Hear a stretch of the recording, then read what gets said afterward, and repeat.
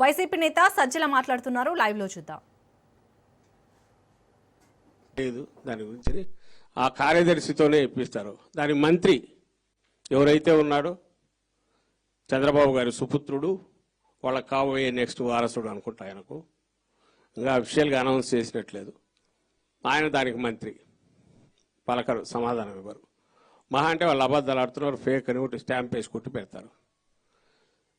అంటే నేను ఇదొకటి ఎందుకు చెప్తున్నానంటే, ఆ స్థానంలో ఏమొస్తాయి అంటే ఇంకా అర్థం లేని ఏవో పెద్ద పెద్ద స్టోరీలు వస్తాయి.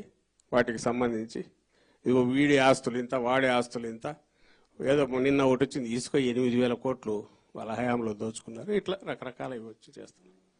అంటే ప్రజలకు సంబంధించినంత వరకు డిస్కషన్ పాయింట్, డిబేట్ దీని మీద పోవాలి. అది రాకూడదు, వాస్తవాలు రాకూడదు. అది సక్సెస్ఫుల్గా చేస్తున్నాను అనుకుంటున్నాడు. కానీ రాష్ట్రంలో నేను ఇంతకుముందు అన్న 1,47,00,000 కుటుంబాలు, బాధిత కుటుంబాలు ఉన్నాక వాళ్ళు అంతకుముందు అన్ని రకాలుగా అండ ఇస్తున్న జగన్మోహన్ రెడ్డి గారి పాలన పోయి ఇప్పుడు పూర్తిగా రోడ్డు మీద పడేసిన పరిస్థితి వచ్చాక వాళ్లే రేపైనా తీర్పు ఇస్తారు.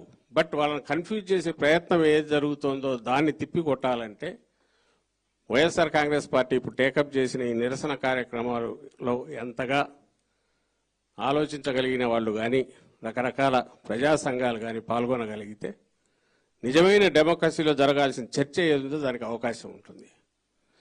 అదే సొల్యూషన్ కూడా, పరిష్కారం కూడా చూపిస్తుంది.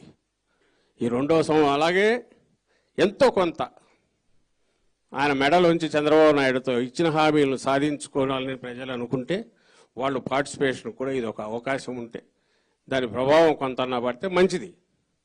జగన్మోహన్ రెడ్డి గారు కోరుకునేది ఒకటే, ఆయన ఉన్న ఇంకొకరు వచ్చినా ఎవరైనా సరే ఏదైతే ప్రజల కోసం మంచి పనులు మొదలై ఉంటాయో అవి అలాగే సాగాలి, ముందుకు సాగాలి. అందుకోసమే చంద్రబాబు చెప్పుకోవడానికి ఏమీ లేదు. ఆయన హయాంలో టిట్కో ఇల్లు కడితే అది అప్పుల భారంలో ముంచితే జగన్మోహన్ రెడ్డి గారు వచ్చి అప్పు తీసేశాడు, ఇల్లు అయితే ఇచ్చాడు. కానీ ఆయన కట్టిన ఇల్లు నేనెందుకని వదిలేలే. ఇంకా పైగా అప్పు భారం పడకుండా వాళ్ళ మీద ఫ్రీగా ఇచ్చాడు 300 అడుగులు. అది జగన్మోహన్ రెడ్డి గారి నైజం, వేరే చంద్రబాబుది కాదు. ఏది జగన్మోహన్ రెడ్డి గారు మొదలు పెట్టారో ముందు అది భూమట్టం చేయాలి. ఆఖరికి ఇప్పుడు ఆరోగ్యశ్రీ కూడా ఎత్తిపడేశారు. రాజశేఖర రెడ్డి గారి హయాంలో మొదలైంది, అది కూడా ఎత్తేస్తున్నాడు. సో ఇవన్నీ చర్చ జరగాలి.